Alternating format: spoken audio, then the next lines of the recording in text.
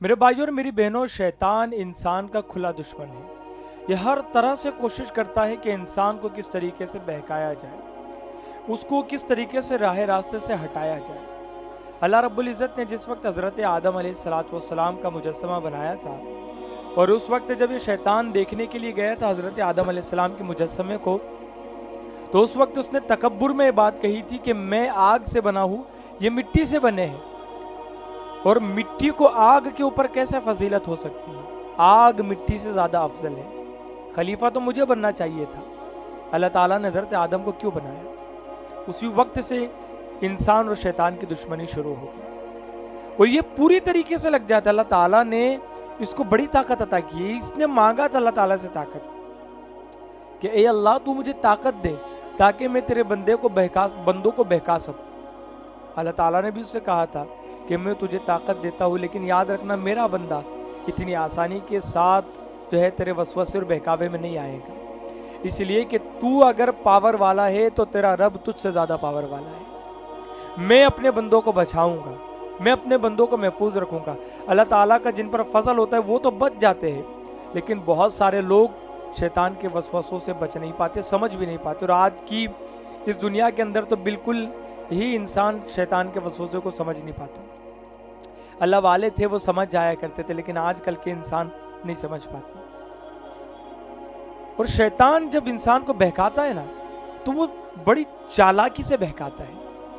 وہ کہاں سے کہاں لے جا کر کے انسان کو ڈال دیتا ہے، انسان کو پتہ بھی نہیں چلتا، بھنک بھی نہیں ہوتی۔ ایک عابد تھا، اس کے ساتھ تو شیطان نے کیا کیا کہ اس کو کیا کیا بنا دیا، اور جب وہ عابد مرا بھی تو ایمان پہ نہیں مرا۔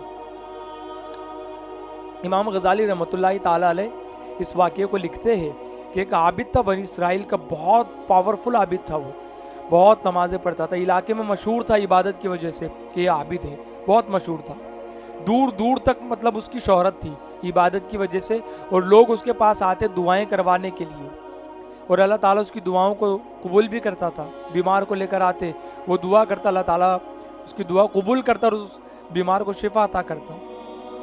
شیطان بہت دن سے لگا تھا اس کے پیچھے کہ کسی طریقے سے اس کو بہکائے، لیکن وہ ہاتھ نہیں آ رہا تھا۔ تو شیطان نے ایک پلان کیا، اور وہ پلان بھی دیکھے کیسا کیا کہ ایک بڑی خوبصورت لڑکی تھی، اس خوبصورت لڑکی کے پیٹ کے اندر شیطان نے درد پیدا کیا۔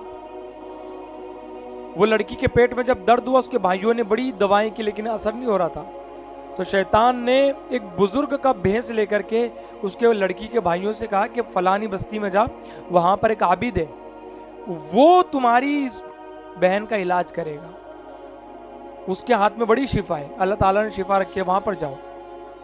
تو یہ لڑکے لوگ اپنی بہن کو لے کر کے وہاں گئے عابد کے پاس۔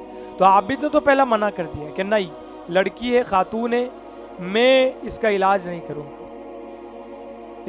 گا، لیکن بڑی منت و سماجت انہوں نے کی کہ آپ علاج کر لیجئے۔ تو وہ عابد صاحب ریڈی ہو گئے، تیار ہو گئے، اور پھر کہا کہ کچھ دنوں تک اس لڑکی کو ہمارے ساتھ رکھنا ہوگا، یعنی پاس کے کمرے میں اس کو رکھنا ہوگا۔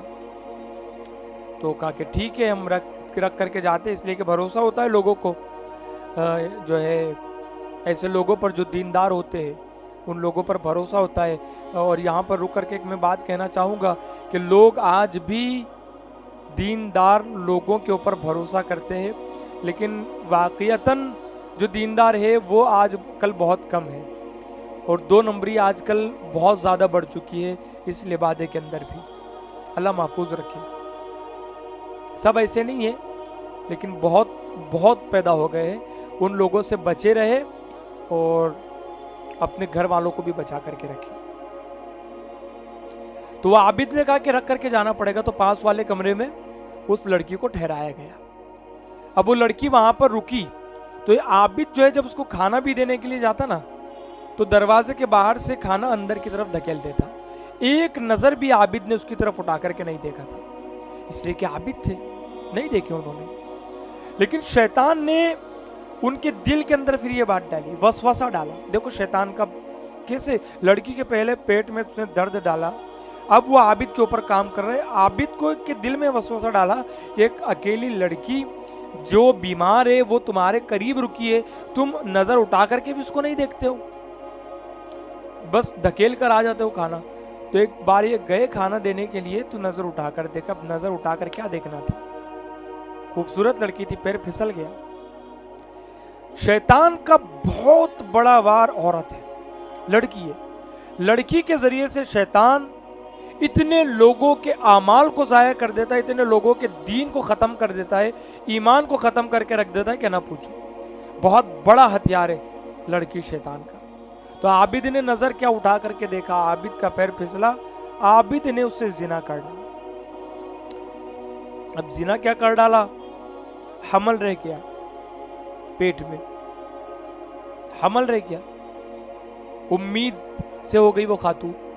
ایک تو اس نے زنا کروایا، شیطان نے سب سے پہلے گناہ زنا کروایا، بد نظری کروایا پہلے تو، اس کے بعد زنا کروایا. اب حمل اس کو ٹھہر گیا، اس عورت کو عمل ٹھہرا تو اس عابد نے اس عورت کا قتل کر ڈالا، اس وجہ سے کہ میں عابد ہوں. لوگوں کو جب یہ بات پتا چلے گی کہ عابد نے زنا کیا تو میری کیا عزت رہ جائیں گی.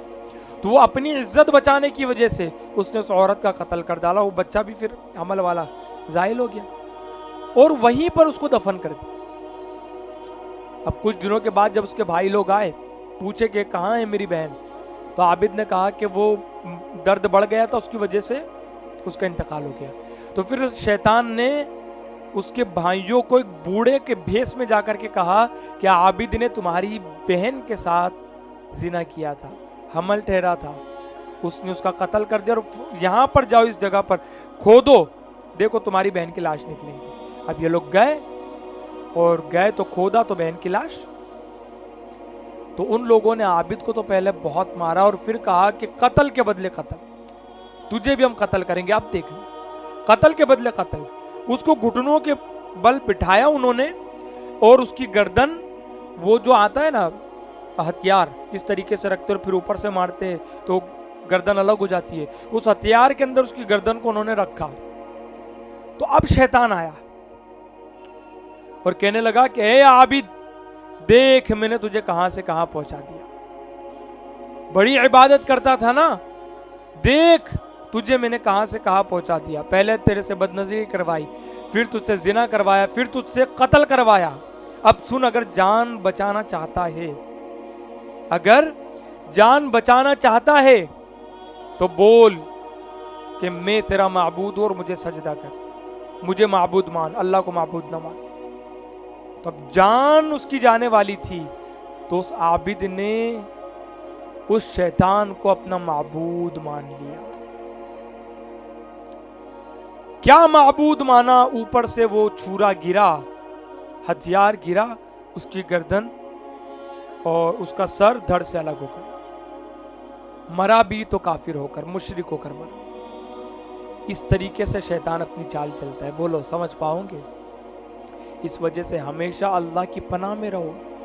شیطان کیا سے کیا کر سکتا ہے، اس کے وسوسے ہمیں کہاں سے کہاں پہنچا سکتے ہیں، ہمیں پتہ نہیں چلتا شروعات میں کہ ایسا کچھ ہوگا. ہم بھی جب راستے پر نکلتے ہیں تو شیطان وسوسے ڈالتا ہے بد نظری کی. یاد رکھنا، وہ بد نظری تمہیں کہاں سے کہاں پہنچا دیں گی پتہ بھی نہیں چلے گا.